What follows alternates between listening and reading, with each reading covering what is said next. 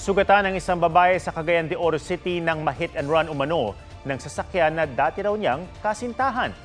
Kwento ng babae, 2 linggo matapos niyang makipaghiwalay sa suspect, nakita niya ang kotse nito malapit sa kanyang pinagtatrabahuan. Sumakay siya ng jeepney at noong naglalakad na pauwi, binundol daw siya ng nasabing kotse.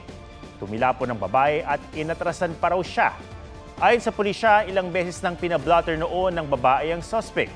Sinusubukan pa ng GMA Regional TV na makuha ang pahayag ng suspect na naharap sa paglabag sa Violence Against Women and Children Act.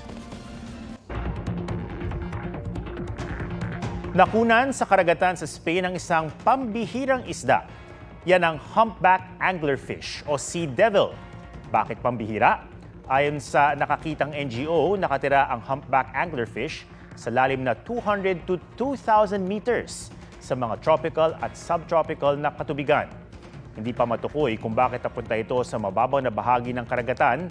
Ang ilang hinala nila, posibleng tumatakas ito sa mga predator. Sumabay lang sa agos o kaya'y may sakit. Oo, hindi. Kayo na ba ni Mavi Legaspi? Yes.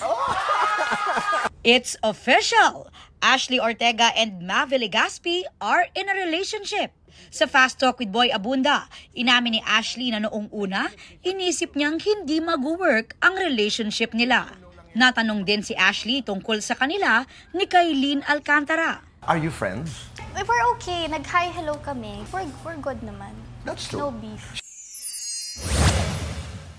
Nitong weekend, usap-usapan ang pag-unfollow nila sa isa't isa sa IG ng aktres na si Andy Eigenman at fiancé niyang surfer na si Philmar Alipayo, pati ang ilang cryptic post ni Andy at paghingi niya ng advice sa artificial intelligence tungkol sa pagpapakouple tattoo ng kanyang life partner at kaibigan. Sa mga sumunod na posts, inamin ni Andy na patama nga ito sa isang di pinangalanang babae. Sabay sabing hindi raw nag-cheat si Philmar. Nag-post daw siya dahil sa anyay betrayal ng isang babaeng hinimok pa raw si Philmar na hiwalayan siya. Sa isang post, sinabi ni Philmar na ayaw na niyang palakihin ang issue. At sa bagong video post ngayong gabi, sinabi ni Philmar na nagkaayos na sila ni Andy. Aubrey Carampel nagbabalita para sa GMA Integrated News.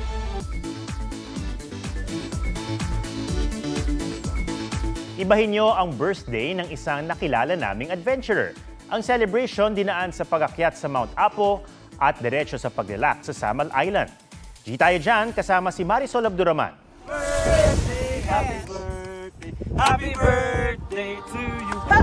What a birthday gift! At makapag-celebrate ng birthday sa tuktok ng pinakamataas na bundok sa bansa, ang Mount Apo.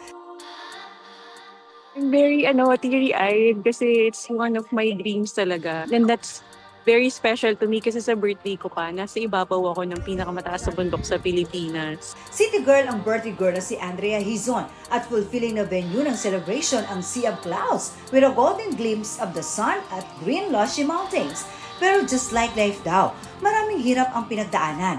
You have to pull yourself up. It's very difficult pero kinaya naman.